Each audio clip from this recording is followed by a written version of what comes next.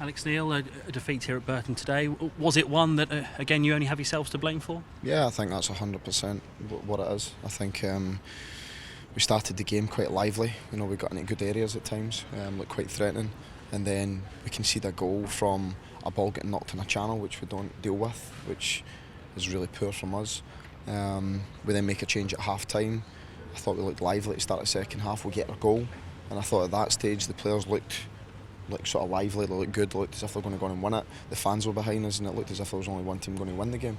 But then we had a throw-in down the left-hand side, which we managed to give away into a dangerous area under no pressure, and then they break and we can't deal with one forward. I think we must have had about 70% of the game and their centre forward gets man of the match. So yeah, we let ourselves down today because for how many good performances we've had of late, I thought we had some really poor performances today. And it's not the first time it's happened this season, particularly on the road, is it?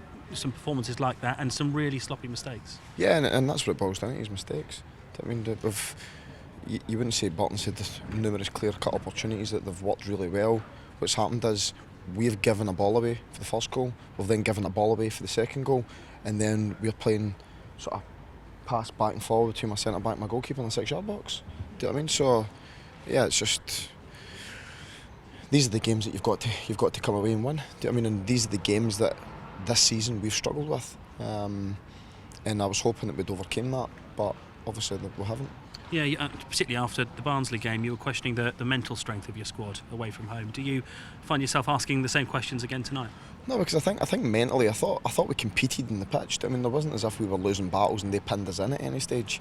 It was a case of us making fundamental errors with the ball when we had it in terms of not moving it quick enough. I mean, I thought my wide players, I thought Josh and Yannick looked really pleasing in the eye, went past people, got into great areas, and then the final crosses, we didn't pick anybody out. Stephen Whittaker got into good areas down the flank, our final cross was behind the goal. Do you know what I mean? And all that happens is all that good work's wasted because our choice of pass, our quality of delivery in the final areas for the players we've got should be better than that. And then when Alex Pritchard does put a few corners right on the money, we've not got anybody there that's putting it in the back of the net. So yeah, it was just really frustrating all round. Really frustrating. Should you have had a penalty in stoppage time, the challenge on Wes Hoolahan? It's a difficult one to say. It looks as if there's a barge from the back, but I'd need to see it back. Listen, we can't be pinning our hopes on somebody barging Wes in the last couple of minutes. Yeah. I think that leaves you 7 points adrift of the playoffs.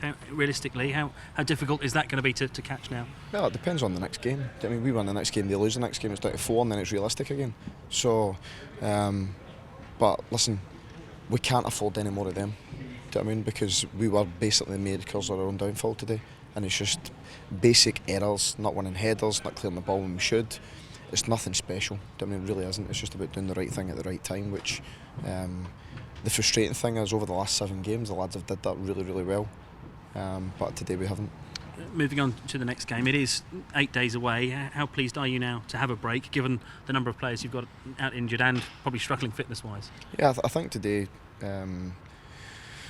becomes difficult in terms of selection because there's not a whole selection to choose from. Do you know what I mean? So to go away from home with the likes of Yusuf, the likes of Stephen Naismith and guys like that who I've used in the past, it makes us more robust, it makes us stronger, it makes us physically more adapt in terms of going away from home. Today we didn't really have that luxury, so that will certainly help us, but equally what we had on the pitch was enough. So yeah, it'll probably take a couple of days to go over this one anyway. Are you confident you will have some of those players back for next Sunday? Yeah, I would like to think so, yes. Pinto, I know you were hopeful for having him back, is that still the case? Yes.